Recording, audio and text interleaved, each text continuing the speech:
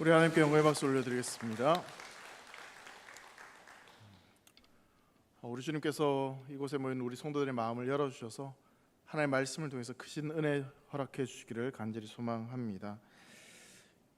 저는 이제 성도라는 말을 굉장히 좀 좋아합니다. 그래서 나중에 제가 이제 목사이긴 하지만 그냥 저한테 성도라는 이름을 불러줬으면 좋겠다, 그런 마음도 사실 가지고 있는데요. 그렇다고 해서 그냥 나갈 때 성도님 그렇게 부르시면 다 쳐다볼 수 있으니까 그냥 여기서는 목사님 이렇게 불러주셔도 괜찮을 것 같습니다. 그렇다면 이 성도란 도대체 어떤 사람일까? 성도는 또 무엇을 보고 사는 사람들일까를 생각해 보면, 여러분, 성도는요, 세상 사람들이 볼 수 없는 것을 믿음의 눈으로 바라보며 살아가는 사람들이 성도라고 저는 믿습니다. 보통 사람들은 그냥 육신의 눈을 가지고 눈에 보이는 것이 전부인 것처럼 그렇게 살아가지만, 성도는 믿음의 눈을 열어 보이지 않는 것들을 바라보며 꿈꾸며 살아가는 그런 인생이 바로 성도의 삶이라는 것이죠. 성도는 구원받은 하나님의 백성들은 믿음의 눈으로 천국을 바라보며 살아갑니다. 천국을 보게 되고 또 하나님의 살아계심을 경험하며 그렇게 살아가는 것이죠. 따라서 여러분, 신앙생활 하는 데 있어서요, 영의 눈이 열려 있지 않고 하나님 나라가 있는 것을 믿지 못한다면 그 사람은 진정한 의미에서 본다면 성도라고 말할 수 없고, 그냥 어쩌면 착각 속에서 나는 구원을 받은 그냥 교회 다니는 사람인 것처럼 그렇게 살아갈 수밖에 없다라는 생각을 가지게 됩니다. 하나님을 믿지 않는데 하나님을 따를 수 있을까? 천국을 바라보지 못하는데 천국을 소망하며 과연 살아갈 수 있을까? 그리고 좁고 험한 그 길을, 대가를 지불해야 되는 그 십자가의 길을 과연 따라갈 수 있을까를 생각해 본다면, 절대로 그 믿음의 눈으로 천국을 바라보지 않고 믿음을 가지지 않는 사람은 절대로 그 좁고 험한 길을 걸어갈 수 없다라는 생각을 가지게 되는 것입니다. 하지만 성도는 영의 눈이 열려서 하나님 나라를 바라보며 그것을 꿈꾸며 그렇게 힘차게 걸어가는 삶인 줄 믿습니다. 성도 여러분, 우리가 천국에 가기를 원한다면, 또한 천국을 꿈꾼다면, 또한 이 땅에서의 마지막 그 삶이 두렵지 않고 또 죽음이 우리에게 다가온다 한들 그것이 두렵지 않기 위해서는 반드시 우리 인생 가운데 해결해야 될 굉장히 중요한 문제가 한 가지 있습니다. 그런데 이 문제는 우리의 힘으로, 우리의 노력으로 해결할 수 없는 것입니다. 그것은 바로 하나님과 나 사이를 가로막는 것, 하나님께 가까이 나아가지 못하도록 하는 것, 더 나아가서 천국에 들어가지 못하게 하는 것, 성경에서 말하는 죄가 우리에게 있어서 해결하지 못하는 가장 큰 문제입니다. 여러분, 오늘 본문 15절 말씀에도 보시면요, 불량한 자, 악을 꾀하며 다툼을 이루는 자의 운명에 대해서 굉장히 간단 명료하게 설명을 합니다. 15절 말씀입니다. 그러므로 그의 재앙이 갑자기 내려 당장에 멸망하여 살릴 길이 없으리라. 살릴 길이 없다는 말은 살 수 없다, 그렇게 지금 말씀하고 있는 겁니다. 악을 행하는 자, 불량한 자, 그리고 다툼을 일으키고 여러 가지 악을 도모하는 그런 사람들의 운명은 재앙이 닥치게 될 것이고 결국은 파멸의 길로 들어가게 될 터인데, 그러한 사람을 살릴 수 있는 길이 아무것도, 절대 그 어떤 것도 그를 살릴 수 없다라는 것을 분명히 말씀하고 있습니다. 여러분, 히브리서 12장 말씀을 보면요, 이 성도의 삶이 믿음의 경주 또 신앙의 경주를 하고 있다라고 그렇게 성경은 말하고 있습니다.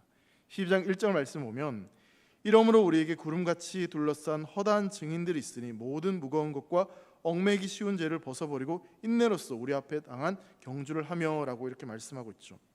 믿음의 경주를 시작해서 이 마지막 결승점을 통과한 이후에 이 주님 품에 안겨서 영생 복락을 누리기를 원한다면 반드시 그 믿음의 경주를 하는 데 있어서 성도는 벗어버려야 될 것이 있다라고 말씀을 하고 있습니다. 바로 무거운 것과 얽매기 쉬운 죄를 벗어야지만 믿음의 경주를 완주할 수 있다라고 말씀하고 있습니다. 이것을 벗어버리지 않으면 믿음의 경주를 할 수 없습니다. 이것을 벗어버리지 못하면 은혜의 자리로 나아갈 수 없다라는 것을 말씀하고 있습니다. 여러분, 얽매이기 쉬운 죄라는 것은요, 이 원어의 의미로 정확하게 좀 살펴보면 함정을 이야기하는 말입니다. 그러니까 성도가 믿음의 경주를 시작하면 그 길은 굉장히 좁고 험한 길인데, 그 길을 똑바로 가지 않으면 잠깐 한눈을 팔게 되면 함정에 빠질 수 있고 또 우리를 넘어뜨리는 덫이나 올무를 만날 수 있다라는 것을 이야기하고 있는 것이죠. 그러하기에 이 12장 그 다음 말씀을 보면 하나님을 바라봐야 된다. 하나님께 딱 시선을 고정해야지만 그런 함정과 올무에 덫에 빠지지 않고, 비록 그 길이 좁고 험하고 아무도 가지 않는 길이라 할지라도 그 길을 완주할 수 있다라고 말씀을 하고 있는 것이죠. 하나님께 시선을 고정해야지, 하나님을 바라봐야지만 그 믿음의 길을 끝까지 걸어갈 수 있고, 그리고 얽매이기 쉬운 죄, 그 모든 악한 것들을 벗어버릴 수 있다라고 말씀을 하고 있는 것입니다. 결혼을 앞둔 이 한 연인이 정말 인고 부부라고 소문이 난 이 다른 부부를 찾아가서 어떻게 하면 우리도 당신들처럼 그렇게 행복한 부부 생활을 할 수 있습니까? 라는 질문을 했습니다. 이 질문에 대해서 부부 중 남편이 이렇게 대답을 합니다. 정말 그게 쉽지는 않은데 아내가 좋아하는 것을 나도 좋아하려고 노력했습니다. 그랬더니 아내와의 거리가 훨씬 더 가까워졌습니다 라고 답을 했습니다. 이번에는 부부 중에 아내가 이렇게 덧붙여서 말을 합니다. 정말 힘이 들었는데 남편이 싫어하는 것을 나도 싫어하려고 노력했어요.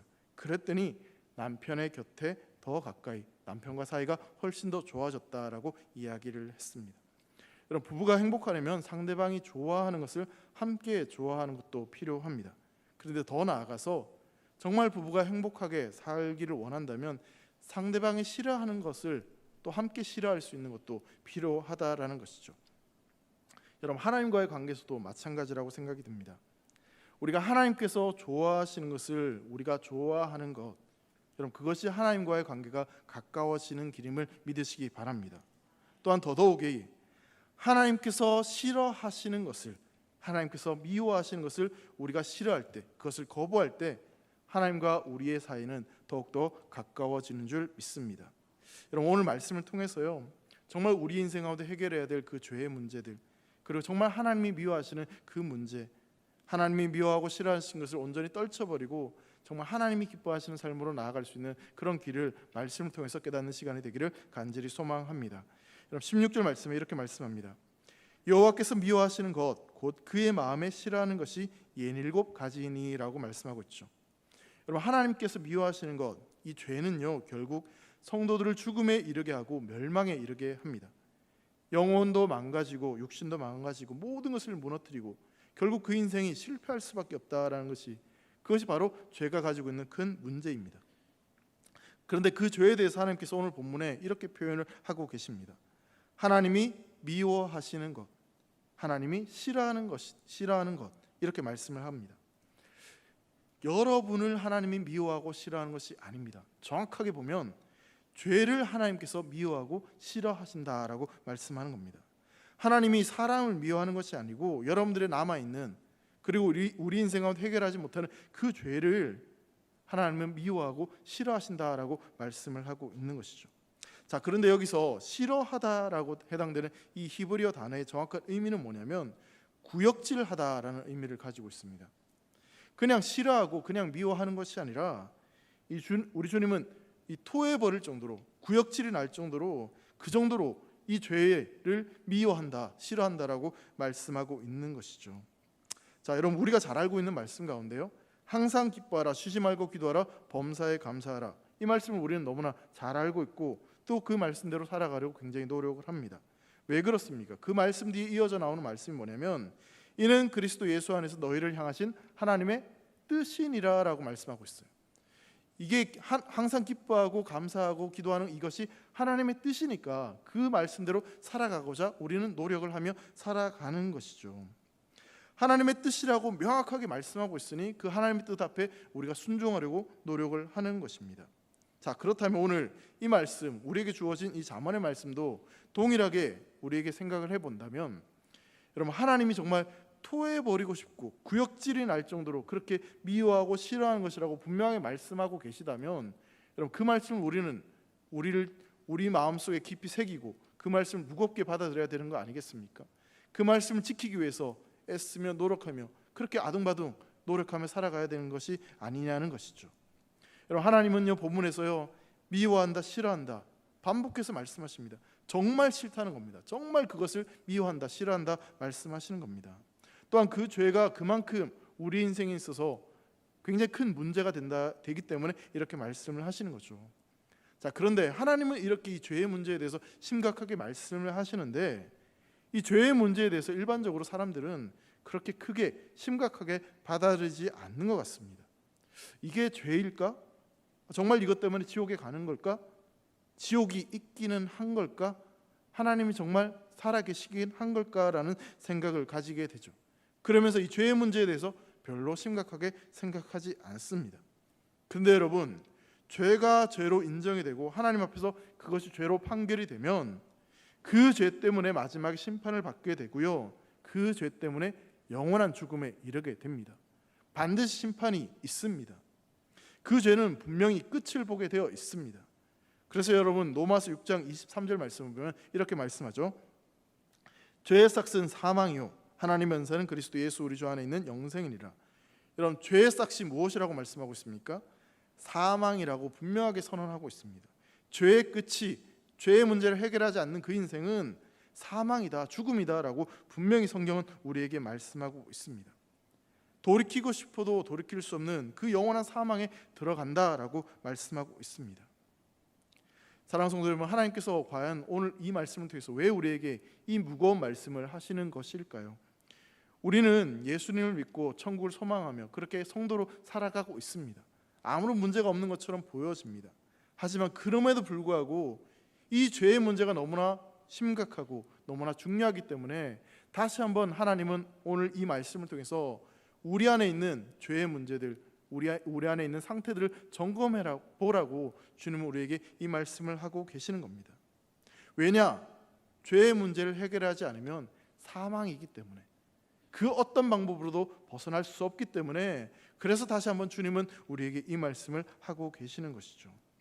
하나님은요, 구약부터 신약까지 줄기차게 그 성경을 통해서 우리에게 말씀하신 내용이 뭐냐면 바로 구속사입니다.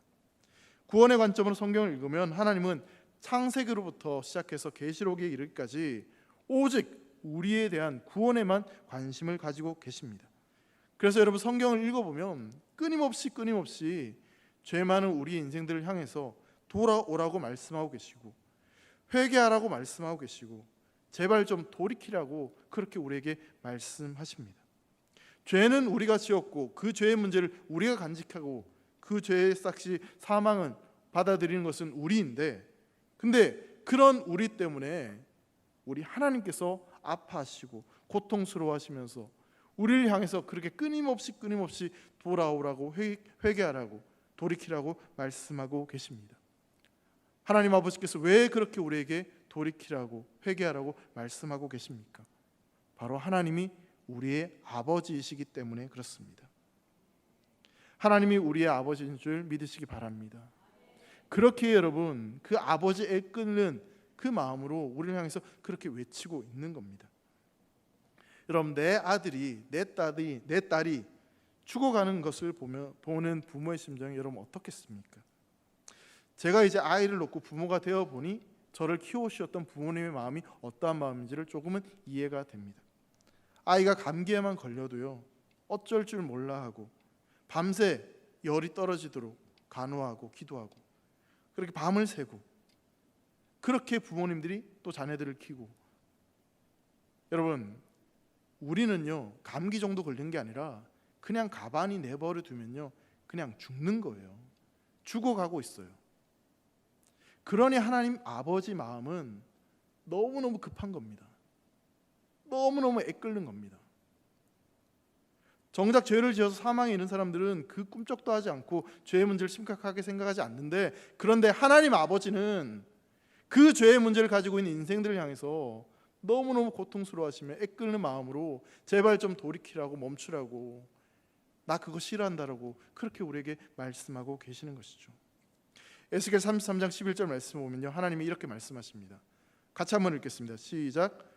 너는 그들에게 말하라. 주 여호와의 말씀이니라. 나의 삶을 두고 맹세하노니 나는 악인이 죽는 것을 기뻐하지 아니하고 악인이 그의 길에서 돌이켜 떠나 사는 것을 기뻐하노라. 이스라엘 족속아, 돌이키고 돌이키라. 너희 악한 길에서 떠나라. 어찌 죽고자 하느냐 하셨다 하라. 하나님이 이스라엘 백성들에게 뭐라고 말씀하십니까? 돌이키고 돌이키라. 너의 악한 길에서 떠나라. 어찌하여 죽고자 하느냐. 하나님께서 왜 이 말씀을 하시는 것입니까? 너희들이 이제 심판받아 지옥에 가니까 아이 참 잘됐다, 그래 잘됐다, 그렇게 말씀하시는 것이 아니라 나는 지금이라도 너희들이 돌아와서 회개하고 돌이키기만 하면 너희를 살려주겠다라고 그렇게 말씀하고 계시는 겁니다. 역대하 7장 14절에도 이렇게 말씀합니다. 내 이름으로 일컫는 내 백성이 그들이 그들의 악한 길에서 떠나 스스로 낮추고 기도하여 내 얼굴을 찾으면 내가 하늘에서 듣고 그들의 죄를 사하고 그들의 땅을 어떻게 해요? 고칠지라 라고 말씀합니다. 하나님의 얼굴을 구하고 하나님께 돌아오면 그 인생을 고치겠다고, 그 땅을 고치겠다라고 약속하여 주셨습니다. 어떤 죄가 있어도 지금이라도 그것을 깨닫고 악한 길에서 떠나면 내가 하늘에서 그것을 듣고 그들의 죄를 사하고 그들의 땅을 고칠 것이라고 말씀하고 계십니다. 내 영혼만 구원하는 것이 아니라 우리의 인생, 건강, 자녀, 우리가 하고 있는 모든 일들을 다 하나님께서 고쳐주시겠다고, 회복시켜 주시겠다고 약속하고 계십니다. 그렇다면 사랑하는 성도 여러분, 더 이상 죄의 길에 선 것이 아니라 하나님께로 돌이키는 복된 삶이 되시기를 주의 이름으로 축원합니다. 그래서 하나님께서 여러분들의 인생을 살리시고 회복시키시는 놀라운 축복을 경험하시기를 주의 이름으로 축원합니다. 지금 하나님께서는 이렇게 말씀을 하시면서 결국 지혜에 대해서 뭐라고 말씀하시냐면, 하나님께서 싫어하시는 것, 하나님께서 미워하시는 것을 하지 않는 것이 진짜 지혜로운 인생이다라고 우리에게 말씀하고 계십니다. 자, 그러면서 하나님이 정말 이렇게 싫어하고 미워하시는 것을 7가지로 말씀을 하고 계시는데요, 이 7가지를 좀 3가지로 묶어서 생각해 볼 수 있을 것 같습니다. 첫 번째는 마음의 죄입니다. 두 번째는 입술, 혀로 짓는 거짓말입니다. 세 번째는 이 몸으로 짓는 그런 죄라고 볼 수 있어요. 가장 먼저 이 마음의 죄에 대해서 이야기를 하는데, 그것은 바로 교만입니다. 이런 모든 죄악의 시작이 바로 교만에서부터 시작된다라고 볼 수 있습니다. 교만은 자기가 기준이 되는 겁니다. 내 생각에는 이게 기준이 되는 것이죠. 여러분, 성도의 인생은요, 내 생각에는 내가 기준이 되어서는 안 됩니다. 그렇다면 무엇이 성도의 인생의 기준이 되어야 되겠습니까? 하나님이 결론이 되어야 되고요, 하나님의 말씀이 성도에게는 기준이 되어야 됩니다. 여러분 믿으십니까? 그러면 여러분들은요, 내 생각에는 이런데, 그런 말 하시면 될까요, 안 될까요? 됩니까, 안 됩니까? 집에 가셔서 남편한테 내 생각에는 이러시면 안 되는 거죠. 그렇다고 하나님의 생각에는 이렇게 하는 것도 조심해야 됩니다. 여러분, 하나님 말씀을 듣고요, 하나님 말씀에 순종하는 것, 그것이 성도의 인생에서 가장 복된 인생인 줄 믿습니다. 그렇다면 하나님 말씀이 이해가 되지 않더라도 하나님이 떠나라고 하면 떠나고, 이 멈추라면 멈추고, 버리라고 하면 버리고, 그렇게 살아가는 것이 정말 하나님의 은혜 가운데 살아가는 복된 삶이 되는 거 아니겠습니까? 그런데 교만은요, 내 생각에는 내가 기준이 되어버리는 겁니다. 그래서 하나님이 계시고 하나님 말씀하시지만 내 생각에는 내가 원하는 것은 그렇게 내 욕심대로 그렇게 판단하며 살아가는 것이죠. 그렇게 살아갔던 사람이 바로 아담이지 않습니까? 아담은 에덴 동산에서 하나님의 영광을 보았습니다. 그리고 하나님이 직접 오셔서 아담과 대화하셨습니다. 그 하나님의 영광을 맛보고 하나님 직접 만나본 사람, 그 영광을 경험한 사람은 아담이 유일하다고 볼 수 있습니다. 하나님 아담에게 딱 한 가지를 제외하고는 그 에덴 동산의 모든 것을 다 주셨습니다. 자, 그런데 아담이 하나님 말씀하신 그 딱 한 가지, 동산 중앙에 있는 선악과를 따먹지 말라고 한 그 딱 한 가지를 어기고 그 말씀을 기억하지 못하고 다른 것들의 말에 기울이기 시작합니다. 아담이 하나님이 아닌 다른 것을 선택한 것이죠.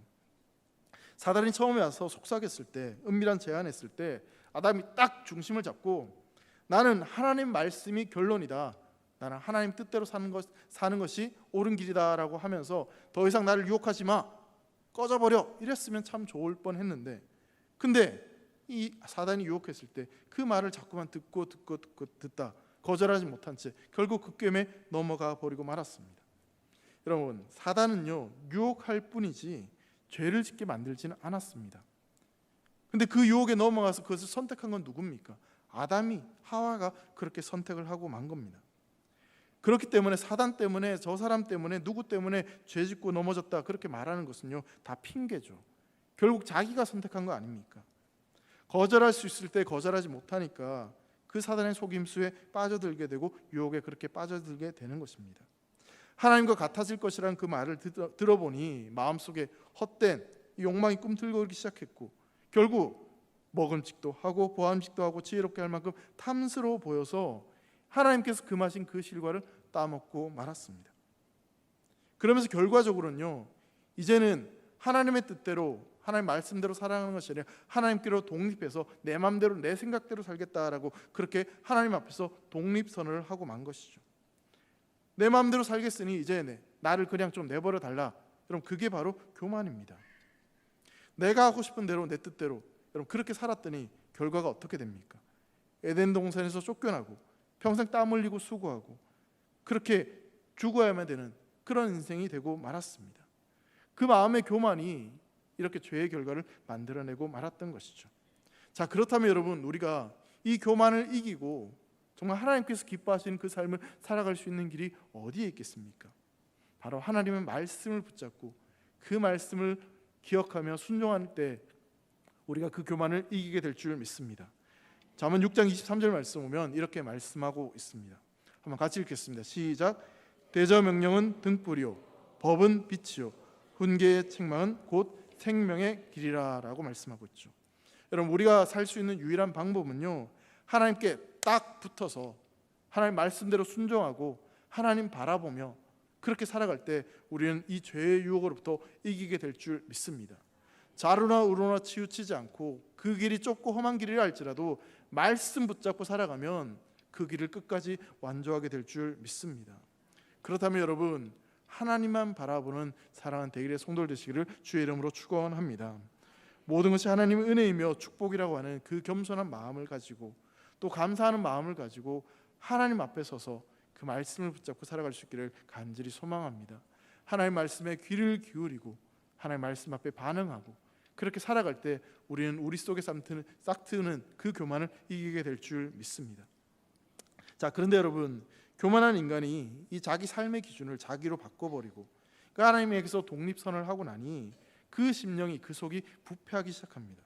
그러면서 그 안에 그 부패한 심령을 통해서 어떠한 일들이 이제 벌어지냐면 입으로 나오는 말이 거짓된 말들로 가득 차게 되는 것이죠. 여러분, 혀가 자기 마음대로 자기 생각대로 그냥 움직이기 시작하는 겁니다. 사람이 어떤 말을 하는가를 이렇게 지켜보면 그 사람의 됨됨이를 어느 정도 알 수 있는 것 같습니다. 그 사람이 어떤 것에 관심이 있는지 그 생각을 들어보면, 그 말을 들어보면 그 사람이 어떤 것에 관심을 두고 있는지 어떤 것에 몰두하고 있는지를 우리는 알 수 있는 것이죠. 결국은 마음에 담겨 있는 것이 그 혀로 나오게 되는데, 하나님께로부터 독립을 선언한 부패한 심령 속에서 어떻게 여러분 선한 것이 나올 수 있겠습니까? 내 마음대로 그래서 입을 열어서 죄를 짓기 시작하는 거죠. 그래서 여러분, 오늘 본문 17절 말씀 보시면요, 거짓의 혀 이런 말이 나오고요, 19절에도 보면 거짓말하는 거짓 증인이 나오고 있습니다. 그 19절 제일 마지막에 보면 형제들 사이를 이간하는 그런 자도 악한 입술과 관련이 있다라고 그렇게 말하고 있어요. 그러니까 하나님께서 미워하시는 7가지 가운데 입술, 말과 관련된 것이 3가지가 이렇게 등장하고 있는 것이죠. 하나님께서 정말 싫어하시는 것, 미워하시는 것 7가지 가운데 3가지가 우리 입술, 특별히 거짓된 입술과 관련이 되고 있다는 것입니다. 17절에 나오는 이 거짓의 혀는 그냥 우리가 일반적으로 살아가는 일상생활 속에서 말하는 그런 말들이라고도 볼 수 있을 것 같아요. 근데 19절 말씀 보면 거짓말하는 망령된 증인은, 여러분, 여기서 증인이라는 말을 썼기 때문에 어떤 공적인 자리, 재판, 그런 석상을 의미한다고 볼 수 있습니다. 재판에서 거짓 증언을 해서 이 무죄한 자를 죄를 만들거나 이 악한 자를 아무런 죄가 없다라고 그렇게 말하는 거짓된 증언에 대해서 이야기를 하고 있는 것이죠.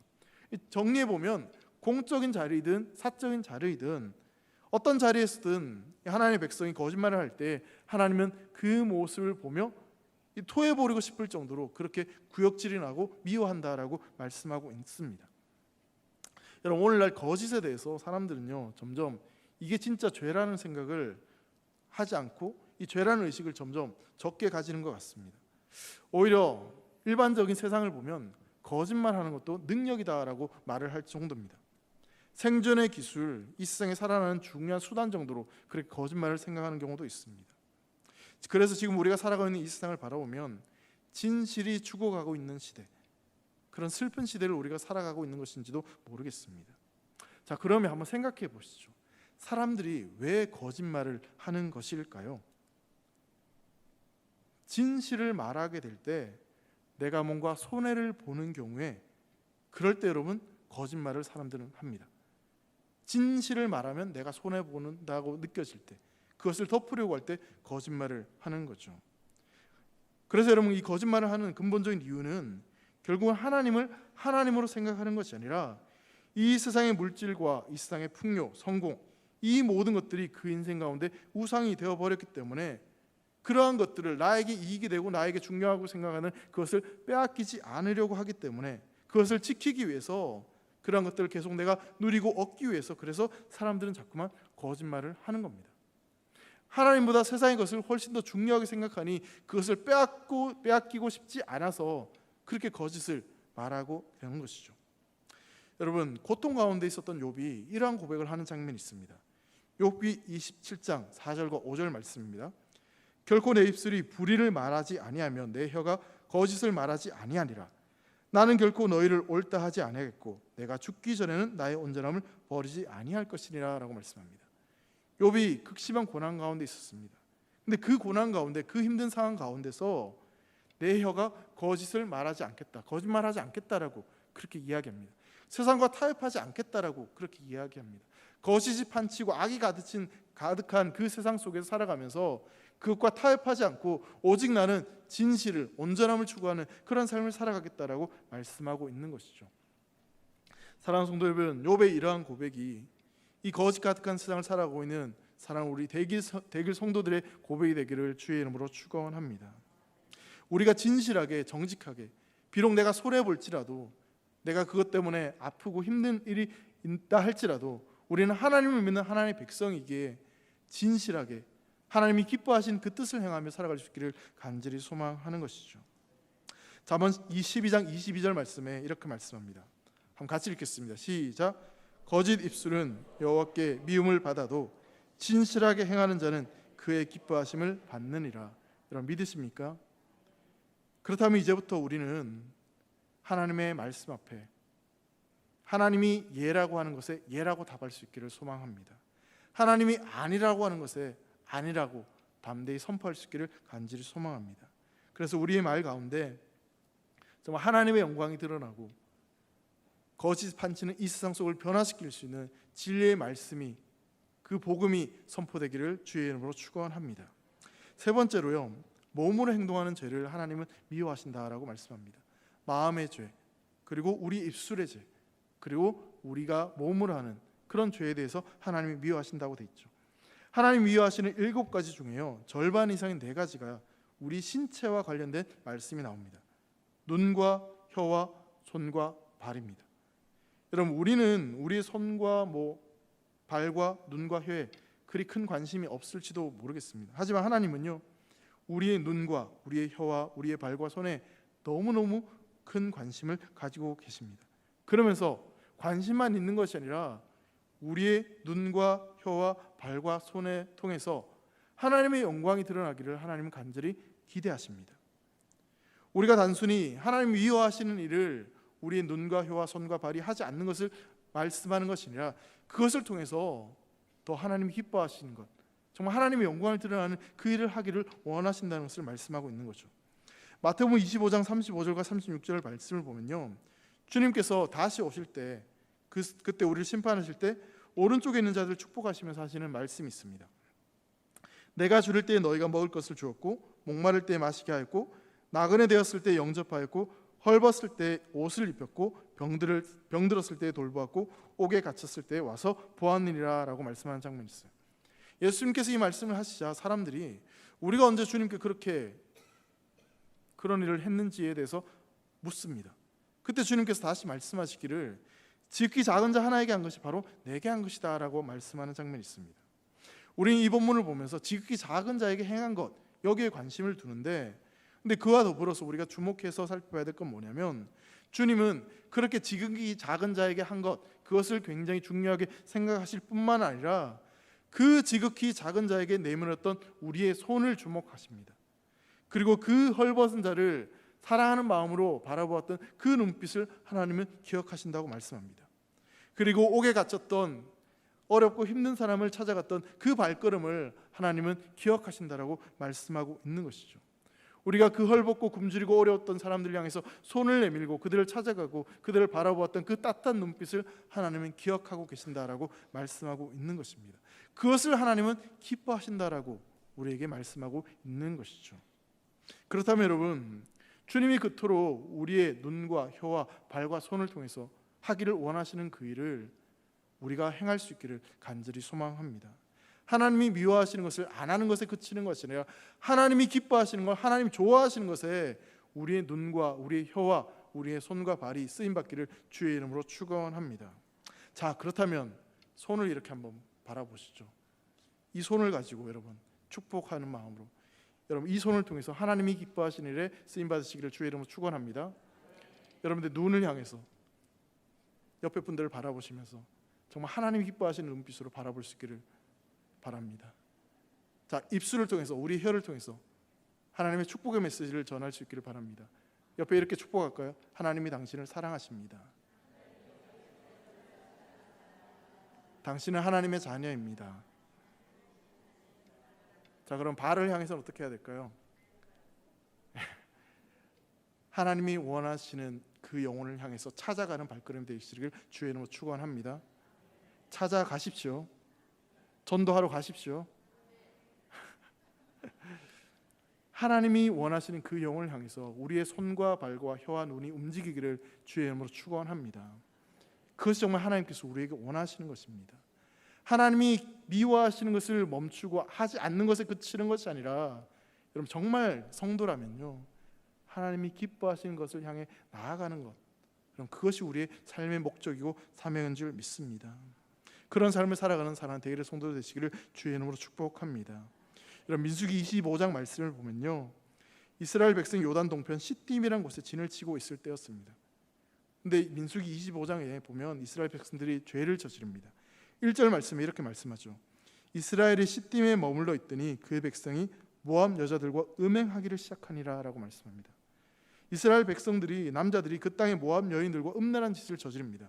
근데 거기에 그치는 것이 아니라 그 여인들을 따라서 그들이 섬기는 바알신을 섬기는까지 그렇게 죄를 저지르고 말았습니다. 하나님께서 이것을 보시며 진노하셨습니다.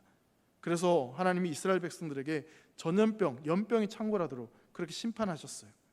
그리고 하나님께서는 모세를 불러서 음란한 짓을 저지른 자들을 처단해야지만 이 진노가 멈출 것이다 라고 말씀하십니다. 그런데 바로 그때 음란한 짓을 저지르던 이스라엘 한 남자가 이방 여인이 미디안 여인과 함께 나타나게 됩니다. 근데 그 자리에 있던 비느하스라고 하는 사람이 창을 들고 그 음란한 남녀를 쫓아가서 창을 찔러서 그들을 죽여버립니다. 창으로 두 사람을 그냥 찔러 죽여버려요. 음란한 죄를 저질렀던 그 사람들을. 하나님께서 이 장면을 보시고요, 모세에게 이런 말씀을 하신 장면이 있습니다. 민수기 25장 11절 말씀입니다. 제사장 아론의 손자 엘르아살의 아들 비느하스가 내 질투심으로 질투하여 이스라엘 자손 중에서 내 노를 돌이켜서 내 질투심으로 그들을 소멸하지 않게 하였다라고 말씀합니다. 내 질투심으로 질투했다. 내가 싫어하는 것을 비느하스가 싫어했다. 여러분 이렇게 말씀을 볼 수 있는 거죠. 하나님께서 음란한 짓을 그 우상을 섬기는 저들을 향해 분노를 느끼고 계셨는데 비느하스가 바로 그 하나님과 같은 마음으로 그들을 향해서 분노하고 그것을 싫어하고 죄를 멀리했다라고 이야기하고 있는 것입니다. 자, 그 결과 어떤 일이 벌어지냐면요, 첫 번째로 두 가지 일이 벌어지는데, 첫 번째로 하나님께서 이스라엘 백성들을 향한 진노를 그치시고 창궐했던 전염병인 연병을 그치게 하셨습니다. 또 다른 하나는요, 비느하스를 제사장으로 삼으셨다고 비느하스를 축복하십니다. 그것도 대대로, 자손 대대로 그렇게 제사장으로 삼으시겠다고 말씀하고 있죠. 성도 여러분, 우리가 여기서 분명하게 확인하고 발견할 수 있는 것이 있습니다. 하나님께서 미워하시는 것을 미워하는 사람을 하나님은 칭찬하시고 그 인생에게 복 주시는 것을 믿으시기 바랍니다. 또한 하나님께서 분노하신 것을 향해서 분노하는 사람이 하나님 앞에 귀하게 쓰임받을 수 있다는 사실입니다. 그렇다면 여러분, 하나님께서 미워하시는 것을 향해서 창을 들고 그것을 찔러 없애야 될 줄 믿습니다. 그것을 끊어야 됩니다. 그래야 정말 하나님께 쓰임받는, 하나님께 복받는 그런 귀한 인생이 될 줄 믿습니다. 사랑하는 성도 여러분, 이제는 우리의 삶의 방향이 하나님이 미워하시는 것을 멈추고 정말 하나님이 기뻐하시는 일로 나아갈 수 있는 복된 삶이 되시기를 간절히 소망합니다. 내 기준, 내 생각대로 살아가는 인생이 아니라 하나님이 내 삶의 주인이시고 하나님 말씀대로 겸손하게 순종하는 대길의 성도들 되시기를 간절히 소망합니다. 우리 입술에서 계속돼서 거짓과 탐욕과 그렇게 미움 가득한 말들이 나오는 것이 아니라 사랑의 말, 진실의 말, 진리의 말씀들이 우리 입술을 통해서 선포되어지기를 간절히 소망합니다. 우리의 눈이, 우리의 혀가, 우리의 손이, 우리의 발이 단순히 하나님을 미워하시는 것을 하지 않는 것에 그치는 것이 아니라 정말 하나님이 기뻐하시는 복음을 전하는 발걸음, 정말 하나님이 바라보시는 그 영혼을 바라보는 눈빛, 또 그들에게 복음을 전하는 입술, 그들을 향해 손을 내밀 수 있는 그런 손이 되기를 간절히 소망합니다. 그래서 사랑하는 우리 대길의 모든 성도들이 그렇게 하나님께서 기뻐하시는 성도로 하나님 마음을 시원케 하고 하나님께 기쁨을 드릴 수 있는 그런 대길의 성도들 되시기를 주의 이름으로 축원합니다. 기도하겠습니다. 사랑하는 하나님 아버지, 감사합니다. 하나님 아버지, 우리가 하나님이 미워하시는 것을 끊어낼 수 있는 믿음의 성도들이 되도록 은혜를 내려 주시옵소서. 그래서 정말 하나님이 기뻐하시고 하나님이 원하시는 뜻대로 순종할 수 있는 사랑하는 성도들이 되도록 축복하여 주시옵소서. 감사를 드리며 사랑하는 예수님의 이름으로 기도합니다. 아멘.